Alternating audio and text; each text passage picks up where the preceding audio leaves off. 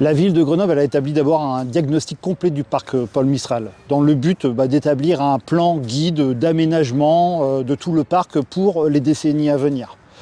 Les objectifs, c'est de mettre en valeur ce parc, son patrimoine historique, mais aussi de renaturer son parc. Ce parc, il est très minéral aujourd'hui, à peu près 50% d'espaces verts, et le but, c'est d'augmenter les espaces verts en augmentant les surfaces de pelouse, en réduisant la taille des allées, mais aussi en plantant massivement des arbres, des arbustes et des végétaux partout dans le parc.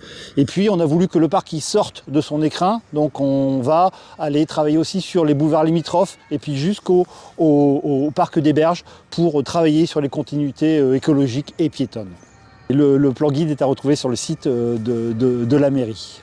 Donc en lien avec ce plan guide et pour commémorer le centenaire du parc Paul Mistral et puis de la Tour Perret, de nombreux travaux vont avoir lieu d'ici fin 2025, principalement situés dans la zone sud-ouest du parc. Alors il s'agit bien sûr d'aménager les espaces publics au pied de la tour, mais aussi en allant jusqu'à la Nôtre Vitesse où une grande aire de jeu à l'échelle du parc de tous les Grenoblois sera aménagée, une très belle aire de jeu sur la thématique de la houille blanche et des énergies renouvelables.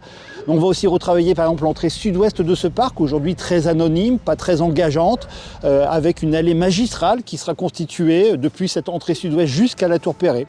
C'est aussi l'entrée nord qui va être revalorisée pour retirer un peu tout son caractère routier, pour la rendre elle aussi beaucoup plus visible en tant qu'entrée. Bien sûr, le boisement qui se trouve derrière moi va être aussi densifié. On va replanter beaucoup d'arbres dans cette partie du parc. Et puis, c'est aussi du mobilier urbain qui va être rénové. C'est des toilettes publiques qui vont être installées dans le parc. Et c'est aussi l'allée qui longe la chrono-vélo sur le boulevard Jean-Pin qui va être réaménagée pour être beaucoup plus confortable pour les piétons et permettre aussi aux PMR de circuler à l'aise sur cette voie.